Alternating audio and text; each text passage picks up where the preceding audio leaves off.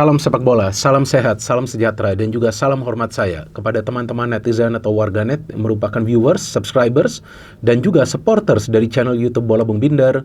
Selamat bergabung kembali teman-teman, dan di konten terbaru hari ini, saya ingin memberikan analisa atau review dari pertandingan Super League antara Persija Jakarta versus Borneo FC yang berakhir dengan hasil imbang 2-2. Dengan hasil akhir ini teman-teman, untuk sementara memang Persija masih berada di peringkat nomor 2 dan sekarang selisih poin mereka dengan Persib yang masih berada di peringkat nomor 1 adalah 3 poin.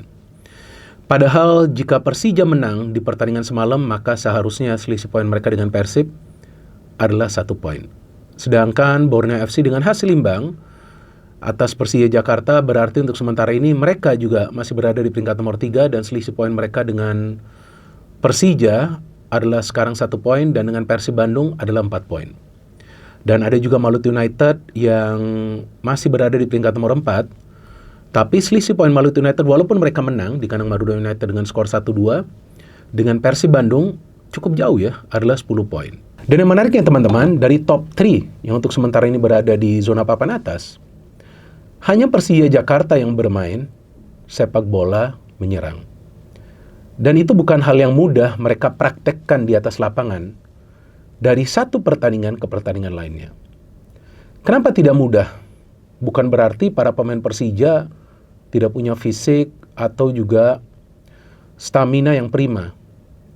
Tetapi resikonya justru adalah akan terkena yang namanya counter attack atau fast break dari para pemain tim lawan. Dan biasanya tim yang terus menyerang dalam sebuah pertandingan itu bisa saja kehilangan konsentrasi pada saat pertandingan akan berakhir.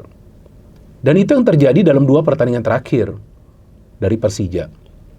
Karena sebelum melawan Borneo FC, kita tahu ketika di kandang Maluku United, sebenarnya Persija itu sudah enak, sudah meraih keunggulan yang cukup jauh, yaitu 0-2.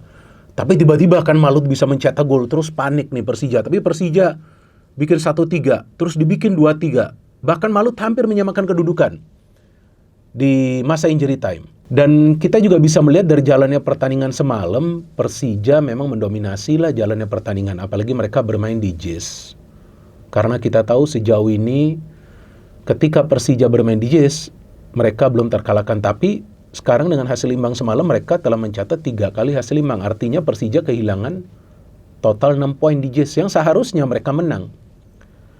Karena yang saya ingat bahwa target dari Persija adalah untuk sapu bersih ketika mereka bermain di kandang mereka sendiri. Tapi sekarang, setelah melewati putaran kedua, dalam beberapa pertandingan terakhir, kita melihat bahwa Persija mulai kesulitan juga sebetulnya untuk mereka menang secara konsisten di kandang mereka sendiri. Lawan PSM Makassar pun susah payah itu mereka menang dengan skor 2-1.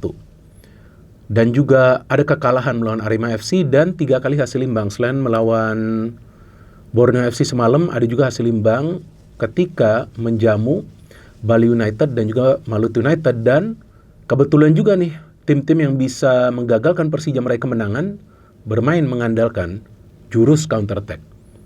Karena itulah kesulitan bagi para pemain Persija, bagaimana caranya mereka bisa menangani counter attack ketika mereka juga sebetulnya lebih banyak meninggalkan pos mereka. Artinya double cover ini di Persija sejauh ini belum berjalan dengan baik. Walaupun ya kita tahu sekarang Jordi Amat sudah bermain di tengah, ada Aladin juga yang bermain di tengah dan rajin ya dalam urusan bertahan, dan switching play-nya lebih cepat ketika sekarang Aladin bermain di tengah, karena dia adalah pemain yang akan bergerak juga dengan bola. Dan dia adalah pemain yang pintar mencari ruang di area pertahanan tim lawan.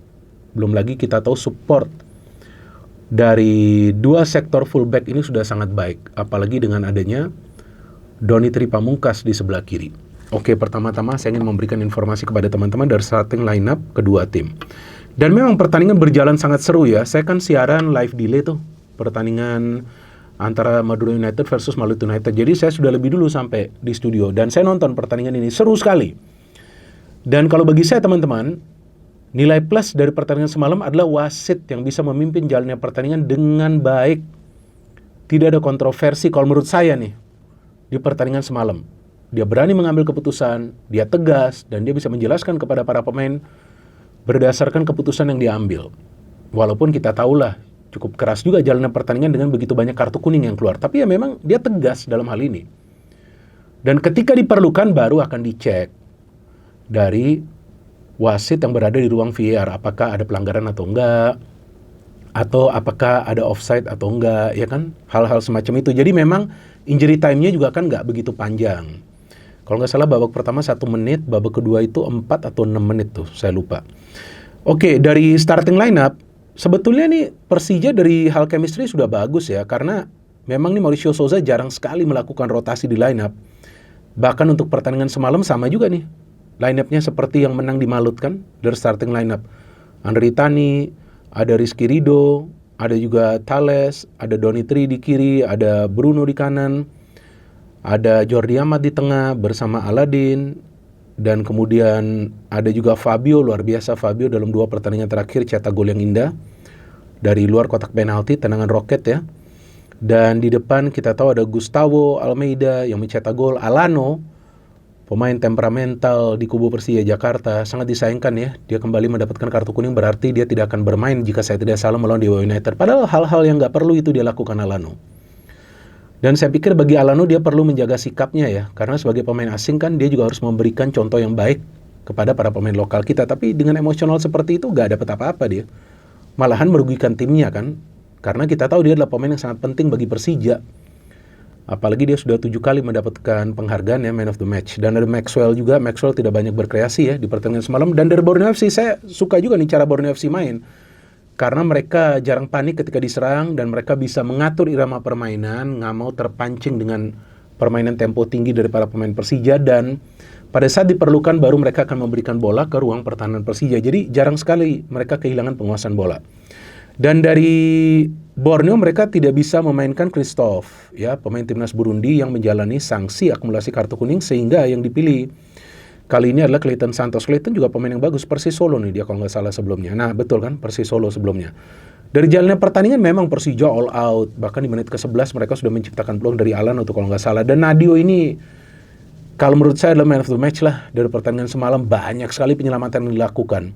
Kalau bukan karena Nadio ini sudah kalah 5-2 ini. Borneo FC banyak sekali penyelamatan dia. Jadi saya pikir dia akan dipanggil lah nanti ke timnas Indonesia ya. Bahwasannya dia main atau enggak ya nanti kita tunggu keputusan dari John Herdman. Dan saya suka tuh dari Persija itu ketika mereka menguasai bola mulai dari tengah. Karena cara mereka menyerang ke depan itu temponya tuh tinggi banget. Karena mereka punya pemain-pemain yang mengandalkan kecepatan seperti Maxwell, Aladin, Bruno, bahkan Donitri pun adalah pemain yang cepat ya bergerak dari flank. Dan Donitri telah menjadikan posisi fullback kiri miliknya. Dan dia juga, tuh sebetulnya dia yang memberikan assist atau enggak itu ya. Kayaknya seharusnya dia yang memberikan assist. Yang Gustavo cetak gol, tapi mungkin terkena Aladin dulu ya. Dan saya melihat kekurangan dari para pemain Persija di sini adalah ketika Borneo bisa bermain fast break. Juga mengandalkan pemain-pemain yang skillful dan juga pemain-pemain yang energinya tinggi nih. Karena mereka memainkan 3 pemain yang sangat kuat di tengah nih. Ada Rivaldo Pakpahan, ada Kei Hirose, dan juga kita lihat ada Muhammad Anis. Ini Muhammad Anis ini juga adalah holding midfielder. Jadi 3 pemain tangguh dimainkan di tengah. Dengan Peralta di depan bersama kita lihat nih juga strikernya bagus nih ya. Obieta ya. Wah luar biasa loh ini striker. Pemain baru ini dia, datang dari Liga India ya. Kemudian Juan Villa, luar biasa juga golnya dari Juan Villa. Dan babak pertama itu berakhir 0-0 karena memang Nadio bisa melakukan banyak penyelamatan. Tapi di babak kedua saya sudah feeling nih kemungkinan ini Persija unggul lebih dulu nih. Karena mereka tidak menurunkan tempo permainan dan itu bagus lah bagi Persija. Gustavo mencetak gol, itu adalah gol yang indah menurut saya karena dia bisa menyelinap di antara para pemain Borneo. 1-0, tapi kemudian Persija mendapatkan counter pressing sehingga para pemain mereka banyak melakukan pelanggaran. Fabio, Thales, Ridho, bahkan Fabio tuh melanggar Peralta ya kalau nggak salah yang sudah lewat begitu kan. Dia melakukan tactical foul karena Borneo tuh sudah mulai dapat irama permainan mereka, sudah mulai berani keluar menyerang. Sebelum akhirnya Juan Villa mencetak gol, di sini saya melihat para pemain Persija gagal untuk bisa menutup ruang, bahkan merebut bola dari Juan Villa. Dan menariknya Juan Villa itu menggocek Alano sebelum dia shooting dengan kaki kirinya. Dalam hal ini juga positioning dari Andri Tani kurang baik. Dia sedikit keluar dari garis gawangnya sehingga 1-1. Tapi ini yang hebatnya Persija loh. Ya, mereka ketika bermain di kanan sendiri mental mereka gak down walaupun sudah disamakan kedudukannya oleh tim lawan. Karena Fabio mencetak gol yang indah ini, tendangan roket yang tidak bisa dihalau oleh Nadio. Tendangannya keras sekali ini. 2-1 saya kira udah ini Persija ini sudah kill the game nih sebetulnya kan menit 80 itu. Dan memang Mauricio Souza memainkan Van Basten Souza ini udah niat untuk bertahan ya, memainkan Fajar Faturrahman. Artinya Van Basten main di posisinya Jordi Amat dan Fajar bermain di posisinya Bruno. Ini sudah defensif nih. Tapi dari cara main Persija, mereka tidak defensif. Ini yang saya kaget. Sebetulnya sudah unggul 2-1 di menit 80.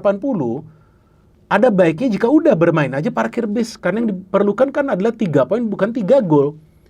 Tapi karena para pemain Persija terus nyerang ke area pertahanan Borneo FC, mereka sudah keasikan bermain menyerang. Wah, tiki taka lah, main one two, touch passing, total football lah. Kita lihat semua pemain maju sampai ke garis tengah. Ternyata melalui fast break kita melihat bahwa Iksan bisa mencetak gol ketika Kasambu yang free di sebelah kiri bisa mengirimkan umpan yang sangat akurat. Dan di sini saya melihat kesalahan dari Andri Tan yang tidak bisa menangkap bola atau mengintercept dan membuang bola jauh. Sehingga ketika dia coba untuk melakukan penyelamatan, justru hasil tepisan dia mengarah langsung kepada Iksan. Dan tidak ada pemain dari Persija, padahal begitu banyak pemain Persija di dalam kotak penalti, tidak ada pemain Persija yang memonitor pergerakan dari Iksan, sehingga dia bisa menyamakan kedudukan menjadi 2-2, karena itu sudah memasuki masa injury time ya, menit 94 jika saya tidak salah. Dan memang Persija kemudian membuang bola dengan cepat ya ke area pertahanan Borneo, tapi mereka bermain sangat rapat. Jadi yang bisa kita pelajari dari pertandingan semalam adalah ketika ada tim yang sudah unggul, melewati menit ke-80 atau menit ke-80, ya ada baiknya udah mempertahankan keunggulan saja. Dan itu adalah taktik yang biasa dipakai oleh Bernardo Tavares ketika dia membawa PSM menjadi juara, dan juga Bojan Hodak dalam 2 musim terakhir ini. Dan juga sekarang sebetulnya dipakai oleh Fabiola Fundes, pelatih Borneo FC. Jika teman-teman perhatikan, ketika Borneo sudah unggul, mereka akan bermain jauh lebih defensif dan hanya mengandalkan counter.